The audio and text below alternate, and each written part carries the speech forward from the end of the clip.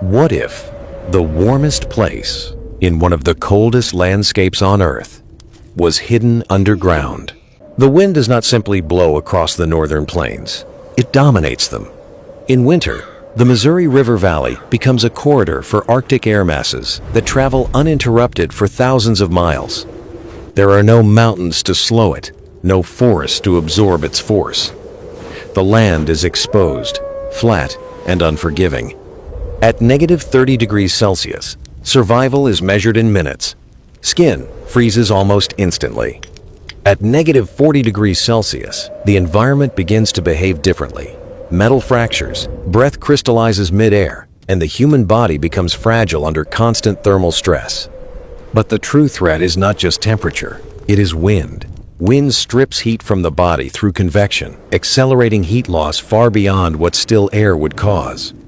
In these conditions, even a well-insulated person can succumb quickly. And yet within this hostile landscape, entire communities lived, thrived, and endured winters that would cripple modern infrastructure. Their secret was not resistance. It was something far more counterintuitive.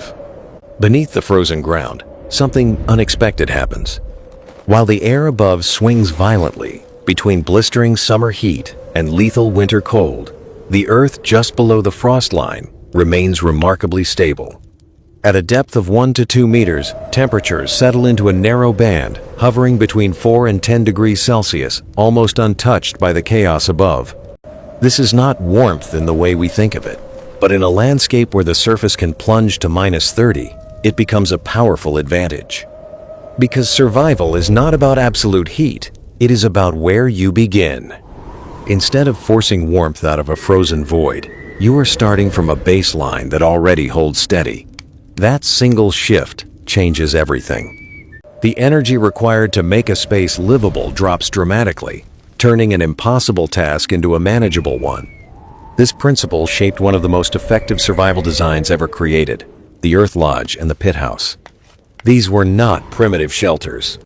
They were systems, built with an understanding of physics that feels almost invisible, but never accidental. On the Great Plains, indigenous agricultural societies developed earth lodges, circular, semi-subterranean homes set partially beneath the surface of the land. At first glance, the design feels almost understated. A shallow pit carved into the earth, a wooden frame rising above it, layers of grass and packed soil forming a low, rounded roof. But nothing here is accidental. Lowering the living space beneath ground level does more than create shelter. It removes the dwelling from the full force of the wind. Out on the plains, wind is not just movement. It is a constant drain on heat, a silent force that strips warmth from anything exposed.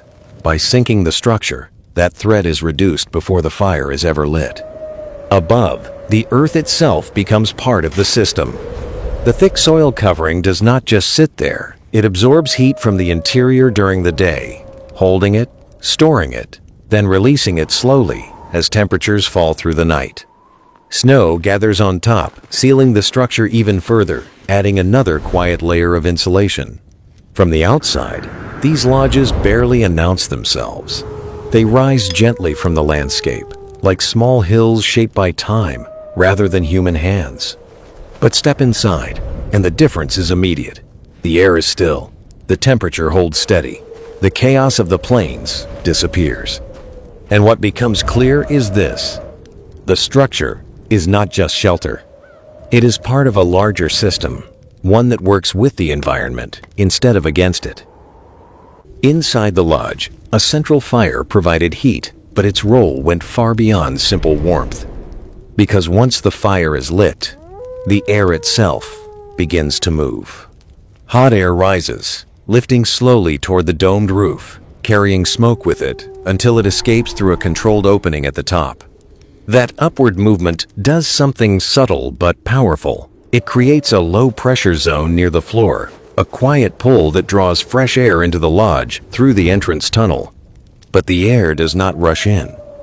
It does not surge or disrupt. The entrance is long, narrow, and carefully angled.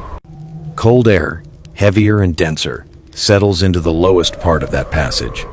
Lingering there, instead of spilling directly into the living space. It is slowed, contained, and separated before it ever reaches the interior.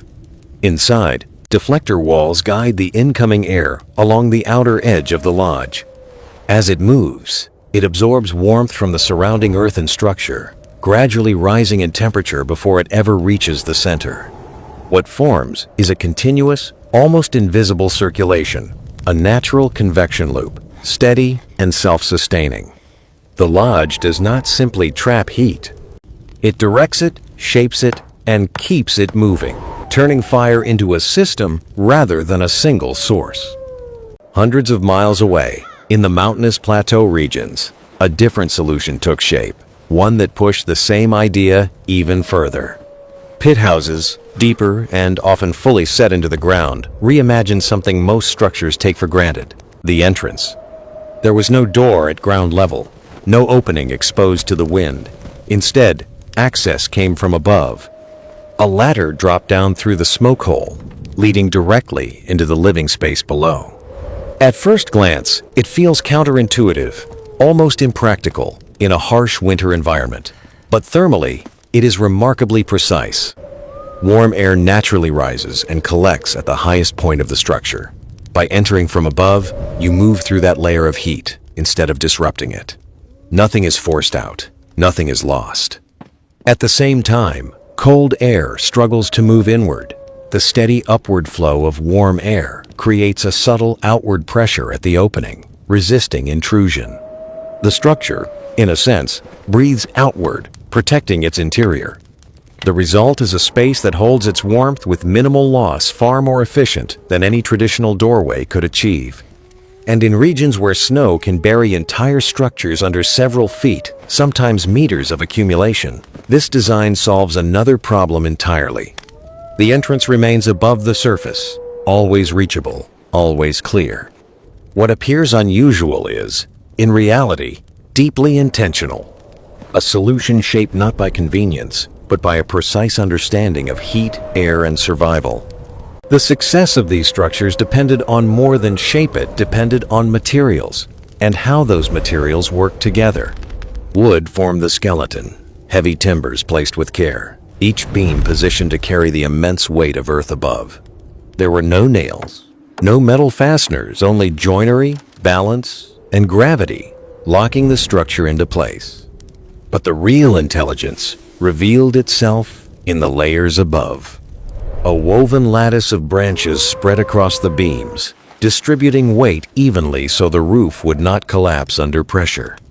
Over that came dried grasslight, fibrous and filled with trapped air, acting as a natural insulator. Then came the soil, thick, heavy, and deliberate. Not to keep heat out, but to hold it in. This combination created a system that did two things at once. It slowed heat loss while storing energy. During the day, warmth from the fire moved outward, soaking into the walls and roof. The structure absorbed it, quietly, almost invisibly.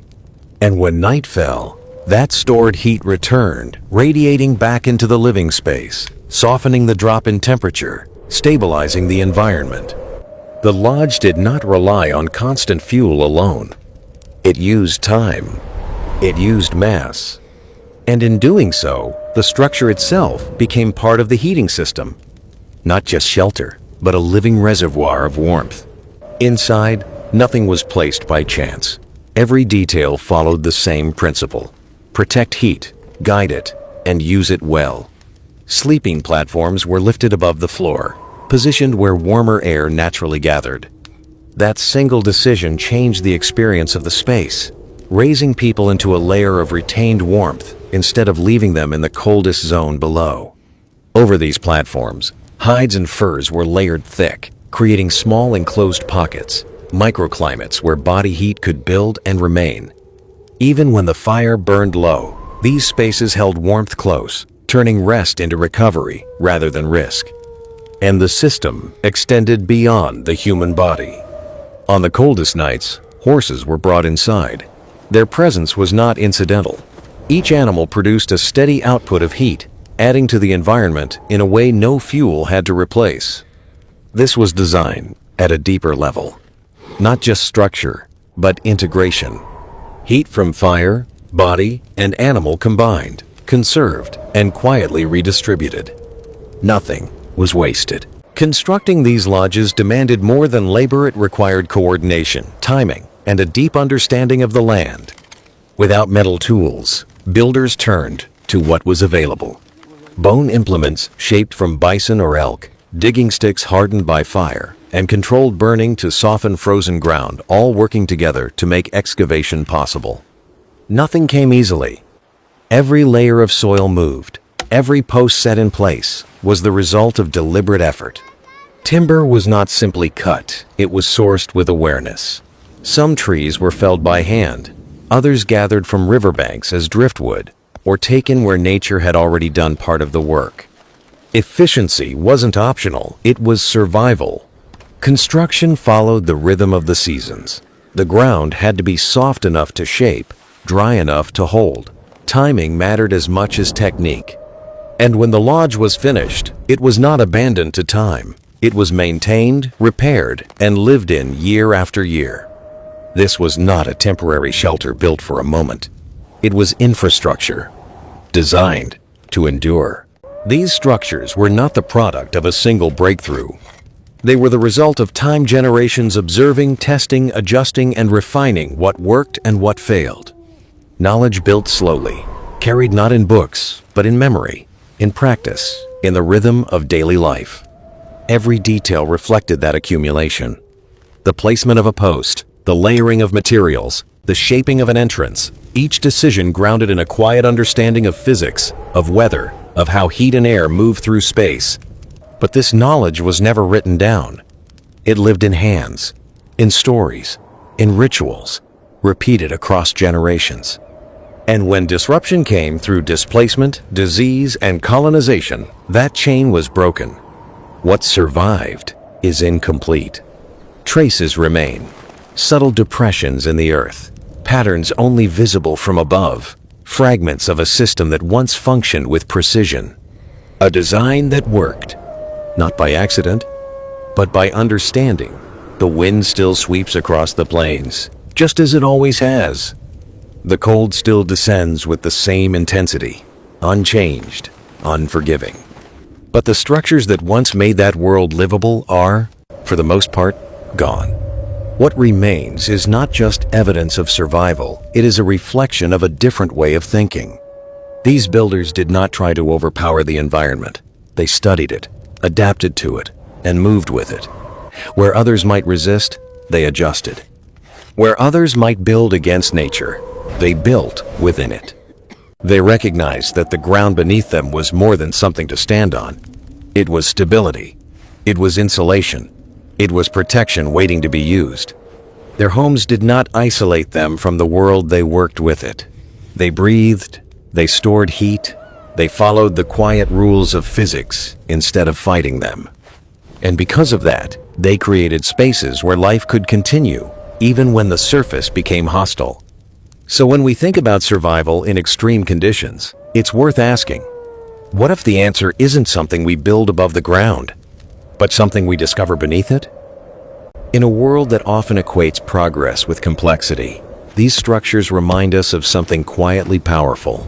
True intelligence is not always about invention, but about understanding. Understanding the land. Understanding the limits of the human body. Understanding when to resist and when to adapt. The people who built these lodges did not conquer winter. They outlasted it. And maybe that's the deeper lesson worth carrying forward. If this kind of hidden knowledge, where survival meets engineering, pulls you in, then you're already walking the path we explore here. Shadows of Valhalla isn't just about the past.